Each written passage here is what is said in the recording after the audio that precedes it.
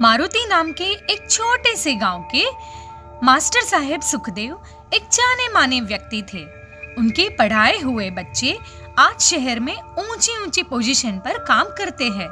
जब सुखदेव जी गांव में नए आए थे तो गांव वालों ने उन्हें एक छोटा सा मकान और खेत दिया था। मकान के साथ में एक कुआं भी था। वो वहां अपनी बूढ़ी बीवी के साथ रहते थे। राजू नाम का एक माली उनके खेत में काम करता था और घर के कामों के लिए उन्होंने राजू की पत्नी शीला को रखा था। मास्टर साहब के घर के पीछे के मकान में से अक्सर एक महिला के हंसने की और गाना गाने की आवाजें आती थी।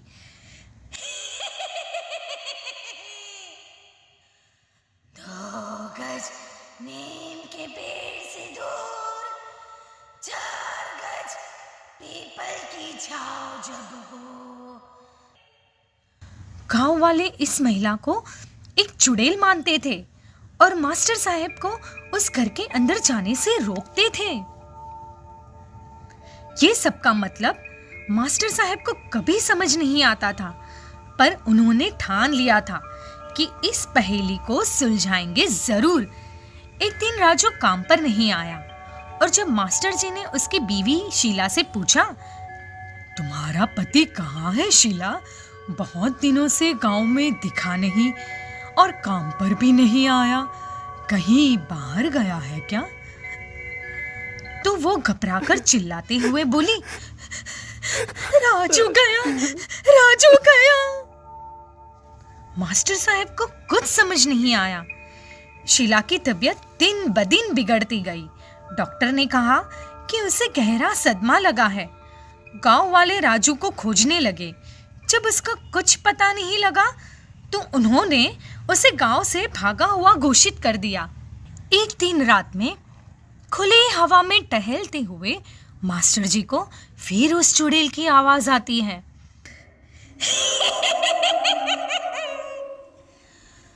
दो गज नीम के पेड़ से दूर, 4 गज पीपल की छांव जब हो,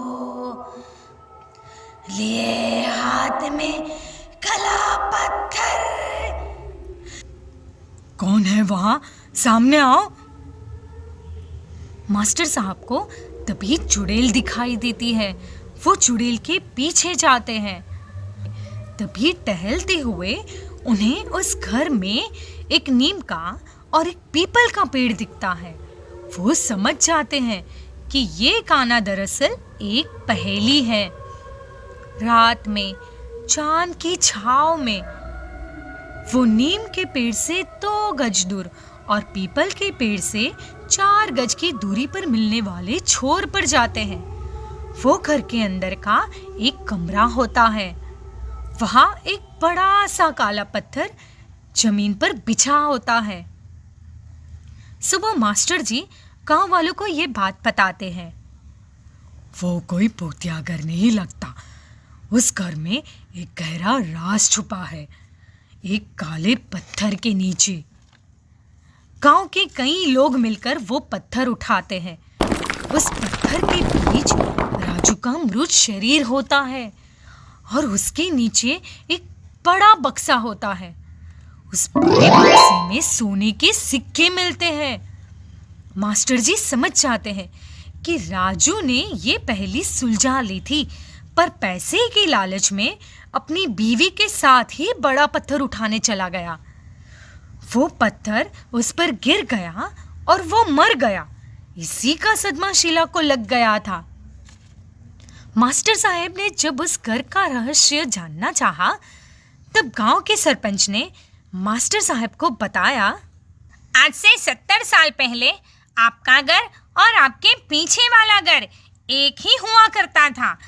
उस घर में एक हंसता खेलता परिवार रहता था। माँ, पिता और उनके 2 बेटे।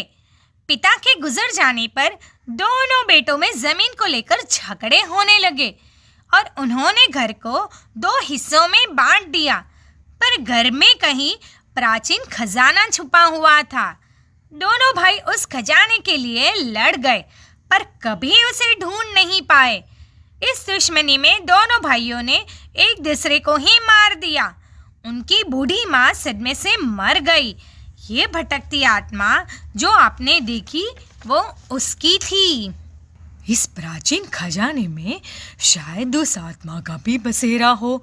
सरपंच जी, हमें इसे शुभ काम में लगाना चाहिए। गांव में एक भव्य शिव मंदिर बनवाने चाहिए। इस चुड़ैल की भटकती आत्मा की शांति के लिए एक यज्ञ भी करवाना चाहिए। मास्टर जी के सुझाव पर गांव के सरपंच ने उन सोने के सिक्कों से गांव में एक मंदिर बनवाने का निर्णय लिया और वृद्ध आश्रम में बचे हुए पैसे दान करने का सोचा। गांव में एक भव्य हवन भी करवाया गया और उस दिन के बाद वो चुड़ैल की आत्मा हमेशा के लिए आजाद हो गई। दोस्तों, आपको ये कहानी कैसी लगी हमें कमेंट सेक्शन में ज़रूर बताइए और इस वीडियो को लाइक करिए और शेयर करना ना भूलें।